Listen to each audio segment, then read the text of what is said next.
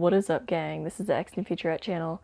I'm Chris, and I have a TGIX review for you today, and it is going to be sick. I'm very excited about this. This is a movie that is very on brand for my channel, and it is Phantom of the Mall, Eric's Revenge from Arrow Video. And you know how Arrow is. They're notorious for their quality, and this has like a million features on it, and I watched most of them. So as always, I will talk about the movie, give you a little plot review, and then I will talk about the set. So this is a 2-disc release. Here is the Blu-ray. It says there's 3 different versions of the feature: the original theatrical cut, TV cut, and bonus composite fan cut, fan with a PH like phantom. Composite fan cut, which splices together the TV and the theatrical cuts for a comprehensive movie. At first I watched the first disc, which is the theatrical cut, and then I watched most of the fan cut. So I saw a bunch of the TV stuff that was in there, so I will be talking about the review of the theatrical cut. The intro for the TV cut was very, very different, I will say. It kind of gives like the backstory more so for these characters. But basically, it's like an 80s mall version of Phantom of the Opera. So I love musicals and I love Phantom of the Opera. So, you know, this definitely interested me because you can see right on the cover, like he has a mask that kind of looks like the Phantom of the Opera. So I was kind of expecting, I didn't expect it to follow the story like so much. I thought that it was just going to be like, oh, a guy in a mask, but it actually had a lot of aspects similar to the Phantom of the Opera, so that was pretty cool.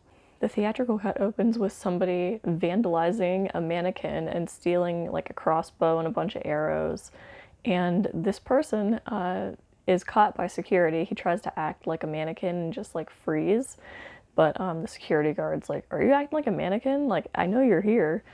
So he just like stabs him in the gut, and that guy gets disposed of. So right off the bat, before the title sequence, we get a kill, and it's a mall scene. It's, you know, it takes place in the mall after hours, obviously, so that's pretty cool. It's setting up a really neat feel. The opening credits is all flames, by the way. It's like the words just appear over flames. So that kind of signifies that there was a fire, and but that doesn't happen in the same timeline from whenever we see the security guard get stabbed.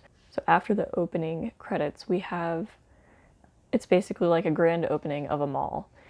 And this was filmed in the Sherman Oaks Galleria, like so many movies, and the Promenade Mall in Woodland Hills, California. And then most of like the close quarters, because there's a lot of scenes in this that take place in like air ducts and stuff like that. So that was all on a sound stage. But the vast majority of the mall scenes were at the Sherman Oaks Galleria. So it's very familiar to anybody that watches movies. This mall that we have in the movie is called the Midwood Mall, and it takes place in a fictional town called Midwood, and it's like the town's new shopping center, and it's like a big thing for the town because they were just like driving, you know, super far to go to the next town over, and now they don't have to do that. So we have a grand opening with the GM of the mall and the mayor of the town, which is played by Morgan Fairchild, and her role was so strange. Like, it was just weird because like like, why is the mayor hanging out at the mall that much? I mean, I guess it's the 80s and that was like a huge deal, so there you go. And then we meet some typical teenagers. We have Susie and Melody's kind of our lead lady. She would be the Christine in Phantom of the Opera. So that's pretty much what we have. They are at the mall interviewing for some jobs there. They're going to be retail sales associates, and they're super excited, and it's just like this whole PR thing. Like, there's this handsome, like dreamy press dude there, like a photographer, and he's, you know, he has like piercing blue eyes, and he's like eyeing up a Melody because he's there for the grand opening, you know, and all the ceremonies and stuff, and he's taking pictures, and he's just like fixated on this girl. So to comment on these actors, Susie's played by Kimber Sissons, and a lot of these, like almost everybody that was in this movie had like a small part in 1 or 2 episodes of Silk Stocking, so that was really weird. But Melody was played by Carrie Kennel, who was Playboy Playmate of the Month for February '88, and she was on like a bunch of different, roles in TV here and there. She was also a PETA advocate, so she was one of those like nut jobs that would, go wear like a leaf bikini and advocate for animals and stuff. And as a vegetarian, I think that's pretty wacky. So, good for you, Carrie, or whatever, for wearing your lettuce bikini. So then we had Peter. Peter Baldwin was the name of the Dreamy photographer who was there, and he was in a couple things. He was in 90210, Silk Stockings, Melrose Place, all of which I've never watched, and I have no intention to. So, sorry, what was his name? Rob Estes. Yeah, there you go. A lot is kind of spoiled for this movie just looking at the art, looking at, like the taglines and stuff that we have. Eric's Revenge. This is not like a sequel movie. This is just Phantom of the Mall, Eric's Revenge. So we know that Eric's going to be getting revenge. We learn basically through Peter and his investigative journalism that he knows who Melody is, not just because she's a hottie, but because I guess like a year prior, she was involved in an accident where they basically burnt down her former boyfriend, her late boyfriend's house. So her boyfriend was Eric, and he died in a house fire. His house, I guess the mall, was built on the burnt ruins of Eric's home. So it's kind of shady, and it's like, that's pretty much the premise of the movie, is that she's totally not over Eric, and there's this super dreamy Peter that's trying to, help her. He comes up to her and is like, hey, I recognize you. I took your picture during the fire, because like Eric threw her from his bedroom window because they were getting it on. And Eric threw her from the bedroom window. First of all, they're like, huh, do you smell that? And then he opens the door, which you should never do. If you sense smoke outside of your door, you should feel for heat under the door, and then don't open it, because that gives oxygen to the flames. So that's my safety tip. He opened the door and like these flames burst in, and it wasn't good for them. So he threw her out the window, and then it was like this really dramatic scene where she's hanging from this porch, but it was just like a porch. It wasn't like 3 stories up or anything. So I'm like, really, why? He was wasting time burning to death because she was like scared to fall about 20 feet or something. But I don't know. It was probably even less than that, but whatever. So she survived. She was knocked unconscious, but then as she's laying there on the ground, she sees this really creepy dude that's dousing her with gasoline. And he tries to light a match, and it's kind of like, because like the cops come. Like he like literally, like the way he tries to light this match is like so pathetic. And he gives up after like 1 strike because he hears sirens in the distance. So, not a very good henchman, whoever this guy is. And that's kind of that. She keeps having like flashbacks to that. So Peter brings it up, and he's like, "Oh yeah, I heard that you said that the creepy dude had a medallion in his ear, like a kind of like a religious looking medallion." And she kept noting it, and whenever Peter brought it up, Melody's like, "Nobody believed me," and Peter's like, "I believe you, Melody. I believe you." It wasn't really like that, but basically he's trying to get in her pants. So we have Peter that's trying to do all this investigation surrounding the death of Eric, what happened to that, why this fire took place, because there's a lot of uncertainties because of the guy with the medallion in his ear, because Melody vouched for that. That's her story, and Peter believes it, and nobody else does. Like, they're all just like disregarding it. So throughout this like quirky mall, backdrop to our story, we have a young Pauly Shore. He plays a character named Buzz, and he says the word Buzz like a million times, like, "Hey, it's just Buzz. I'm Buzz. Come on, guys, I'm Buzz." And I'm like, well, what's going on with you? And since it's like young Pauly Shore, he's not like totally over the top. He's very, he's still himself. We get to see his butt. He's definitely the comic relief of this movie, but he's kind of like just there trying to help Peter. But at first he's like, "Hey man, I saw how you were looking at Melody. Like, you better back off." Like he's like, the protective friend or something. But really he's just like a little twerp working at the ice cream shop. So while all this is playing out, Melody keeps getting like all these weird little references to Eric. So she opens up her locker at the mall at her job, and there's orchids in it, which is the flower that Eric always gave her. And she's like eyeing this dress at a shop, and Susie's like, oh, come on, just buy it. And Melody's like, I gotta save for college. And it's like, what even is saving for college anymore? Because working a job at the mall is not going to finance any college nowadays. So thanks a lot, people in the 80s. Like, what the hell? Can you imagine like working like here and there at like some like mall and paying for your college education? Because that's just not going to happen in 2021. So that's my rant. Every time I see something referencing paying for college, I'm like, oh my god, like that's so annoying. So she's being responsible with her money, and she can't buy the dress that she really, really wants because she looks so good in it. And then it's like mysteriously in her car whenever she leaves her shift. So somebody's leaving her gifts. Is it Peter or is it Eric?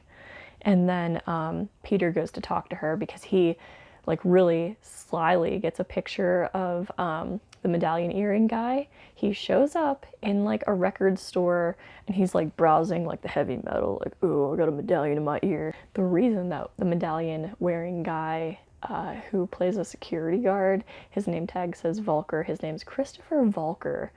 And the reason he's so creepy is because he's played by Gregory Scott Cummins, who was the lead role in Hack-O-Lantern, which I just reviewed recently. Check that out. He's in the movie Blood Games, which Vinegar Syndrome put out.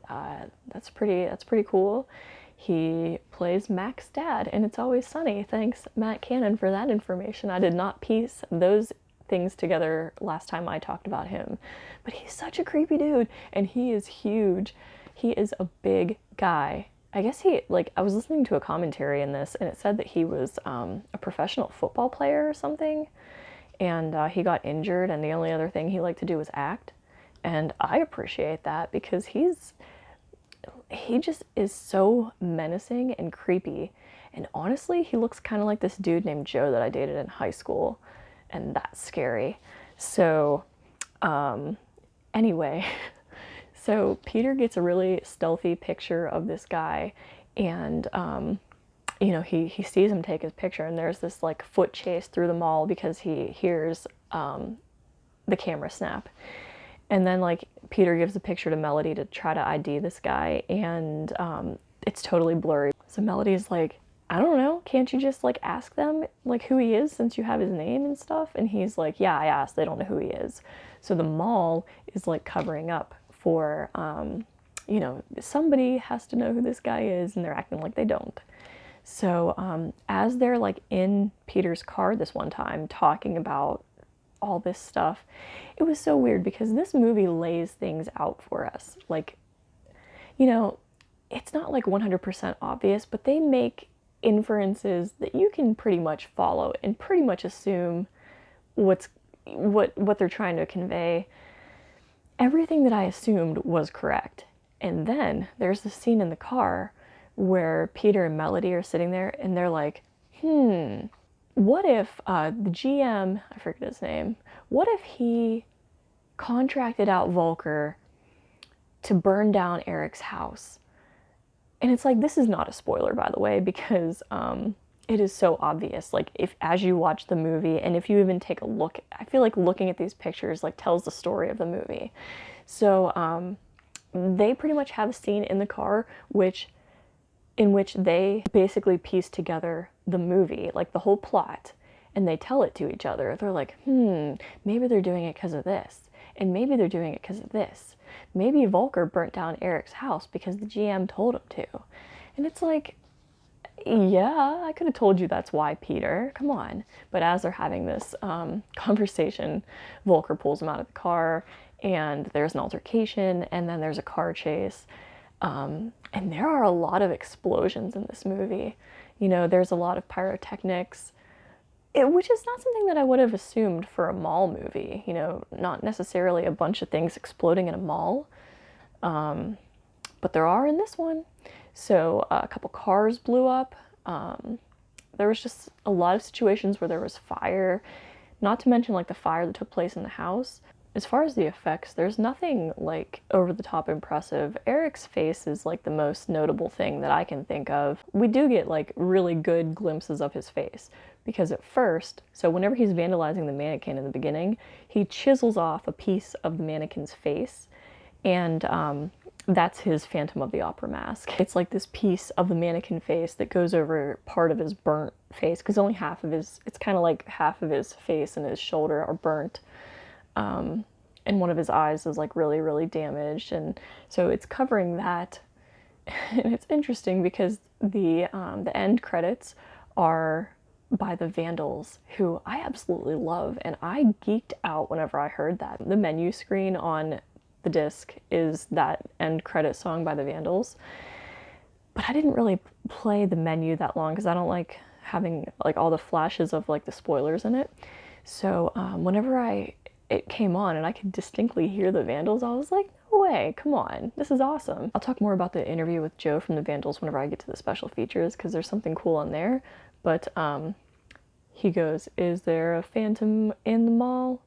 Or just a R word in a broken hockey mask? And it's not a hockey mask, it's a mannequin face. So since we talked about special effects, let's just talk about some of the deaths in this movie. I like that there is some typical mall deaths, and then like that's a thing, and then there's non-mall related deaths. So in the mall, we have like, there's a big vent fan, there's a death by a vent fan, there is a death by a trash compactor, and there's an escalator death. Obviously, I mean, what mall movie doesn't have an escalator death? My favorite non-mall related deaths are by flamethrower and by a cobra to the dick.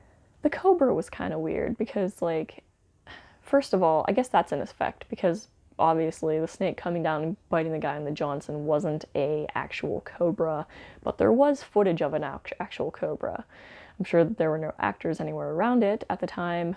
They filmed this cobra and you could tell it was just a tiny snake. You know, granted, the size of the snake doesn't affect how venomous it is, but you can just tell that the prosthetic snake that comes out and bites the guy right in the dick is much larger than the footage of the cobra that they cut to, like kind of the insert photography they have there. So, you know, that was whatever. But what I didn't like about the cobra was that there's a scene where the cobra's kind of like cornering Peter, and I'm like, come on now. Like, snakes are such gentle creatures, and like, a snake is never going to come at you and corner you. Like, they're going to run and hide, and they're going to try to like be hidden.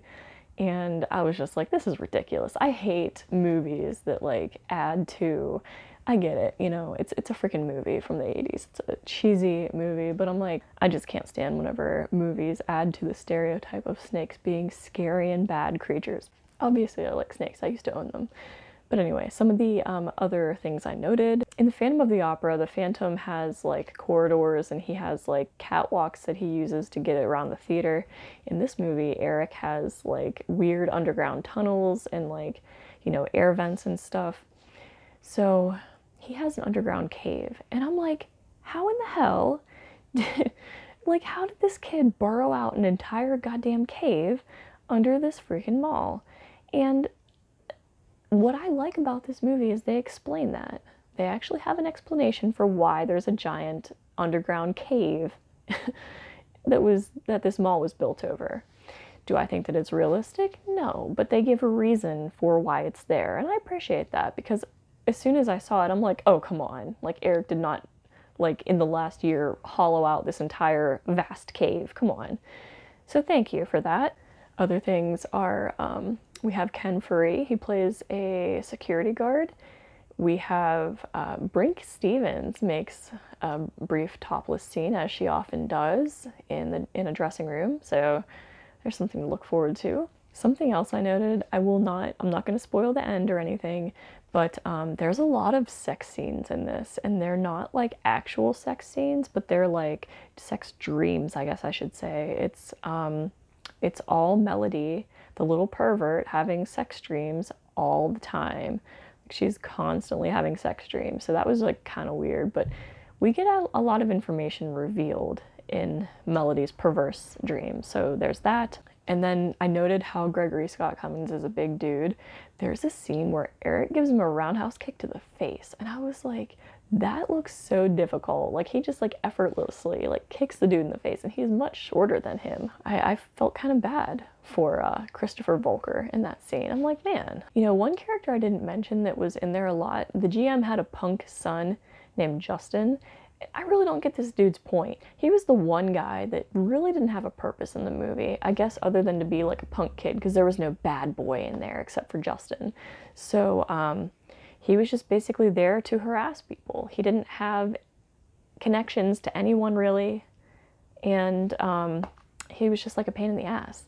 And he showed up like a lot for somebody that had like such a useless like part to the story. He was actually in it a significant amount. He was all right. I mean, every single character in this I felt like was fun, or a good character. So it was just a really fun movie. Pauly Shore was awesome. Also in the vein of effects and stunts, there was a lot of stunt people in this. There was a lot of stunts in this movie, and there was one in which Melody, I keep wanting to call her Heather, I don't know, just like 80s, like she was hanging and you could, you know, she was wearing a dress and you could clearly see like the harness on her leg. I was just like, that doesn't look like lingerie there, Melody. So it was pretty cool though. Like, there were some really cool stunts in this. There was a lot of action. There was a surprising amount of action in this movie. It was a pretty cool story, really cool characters. It was actually just a really fun movie. I really enjoyed it. I would like to do a double feature with Chopping Mall. That would be really bizarre. Very fun time. And I highly suggest it. If you know my brand of movies and you like my recommendations, you should check this out for sure. It was good. Now let's take a look at the product itself. We have that really sleek, why does Arrow stuff smell weird? Like, it doesn't smell like normal. Don't you smell your movies? Like, come on. It's that really nice hard box. So just take a look at it there. Some really cool, like, see what I'm saying about like, just kind of, you see the dude, you get a really good look at his face. So here's a look at the artwork, and here's the back of the box. We have the book. It's nice and matte. It's not glossy, which I appreciate. There's a poster, and there's the thing. There's the 2-disc Blu-ray. So there was a sticker on the cellophane, which I took off and stuck it on here. I reversed my artwork because this is the artwork that's on the reverse side. So, you know, just to have some variation. Variety is the spice of life. I took the sticker and put it right there because there was room for it. Shopping will never be the same again. You don't say. The tagline is, "There was a nightmare at the mall. Eric the Phantom struck." Well, I know what to expect now. And then whenever we open this, we have the flapper with disc 1 and disc 2. Insert art cards. Just check it out. We got this insert for 5 Shaolin Masters, and I put that on top so it wouldn't damage my art cards. So I have, and this is really, really cool because all of these have the Midwood Mall art and that tagline on the back. So it's like a you know, typical, like, I don't know, postcard feeling, like glossy-ish front, and then the matte back with this. So there's photo 1, Eric crying. There's one of our explosions in the movie. There's a scene, and I also wanted to comment on that because you see the name on that headstone. The name is Eric Matthews, and that's where they went after the car chase, because Peter's like, oh, we just got to know if Eric's dead. We got to dig him up. Like, that's the only way. So, you know, they dug up a grave in about, you know, probably 12 minutes. That seemed pretty accurate to me. But yeah, it was just an interesting scene. Very fun. There's a good look at the special effects on his face. Pretty random shot there. And lastly, there's a shot of Eric perishing in his burning house. His name was Eric Matthews. I was like, what? Boy Meets World? But no, not that Eric Matthews. So then here is the poster. I don't know the dimensions of this, but I'm sure you could figure it out. And it's double-sided. So, and it is the art that's on both of the covers. So that's really, really cool. Very attractive. But wait, there's more. This book is a beast. And like, look how many pages are in this thing. Like, it's just high quality. The pages are very thick. They're all matte. It's not going to get my grimy fingerprints on it. Thank you for that. It just smells so weird. I don't know what it is. So here are the contents of the book. And I did check it out. The pictures in here are very cool. So we have Ears Are Extra. That was Polly Shore scene. There's some stuff in here about the Midwood Mall and the end of an era, production notes, and about the restoration. The restoration looked really, really good. And you can tell whenever you watch the fan cut, because whenever they splice in the TV cut, the quality of it is so terrible compared to the theatrical cut and the restoration. So they did an amazing job with that. Very, very nice. And there's some artwork in here. And yeah, I read the articles, and it was just, it's totally worth it. Like, I love their books. I wish that all of their releases came with books because they just do it so well. So let's give you a close-up on this handsome fella. And then on the back, like I mentioned, I checked out almost all the special features on here, and they were awesome. So I listened to both commentaries, and the director commentary had a lot of great information, but he talked mostly, it was like a director. This was directed by Richard Friedman, and he talks about how this was like very early, very, very early in his career. So check out the commentary here about that. But he basically, it was not really a commentary. It was more like an interview. He talked a lot about the production of the movie and how the movie came to be and stuff like that, which is cool. It's great information, but it's not really a commentary on the film. So the other commentary is brand new audio commentary with, these are both brand new, by the way. Both of these commentaries are new for this release. So the second commentary is brand new audio commentary with disc producer Ewan Cant and film historian author Amanda Rise. Which that one was amazing. It was they had a lot of information they had prepared too, just to have the information on hand, but it was very conversational. It was not like, they were off in their own land having their own conversation and this film just happened to be playing. They were commenting on the film as it happened. So I very much enjoyed their commentary. They did an amazing job with it. So this is a brand new 2K restoration of the theatrical cut from the 35mm film elements, and it did look amazing, like I said. And then we have audio interviews with composer Stacy, I don't know the name, and associate producer Robert Coster. Shop Till You Drop, Making of Phantom of the Mall, brand new making of documentary featuring interviews with director Richard Friedman, screenwriters Scott Schneid and Tony Mickelman, and actors Derek Rydell and Gregory Scott Cummins, which was really cool. Filmmaker Tony Caden and special makeup effects creator Matthew Mungle, and that was really awesome. I suggest it. And then the Vandals Go to the Mall, an interview with Joe Escalante of punk band The Vandals on the creation of the film's theme song. Then we have alternative and deleted scenes, trailers, image gallery, Scott Schneid and Tony Mickelman's original script and associated special effects storyboards. I didn't check that out. I didn't check out the storyboards, but that sounds pretty cool. It says BD-ROM content, so yeah, I didn't do that one. But the Vandals interview was really, really cool. If you're into punk, he talks a lot about the punk scene and other punk movies and stuff, so give that a watch. But he seems embarrassed because he uses the R word in the song, like in the chorus. It's it's not like he says it one time, like it's very repeated.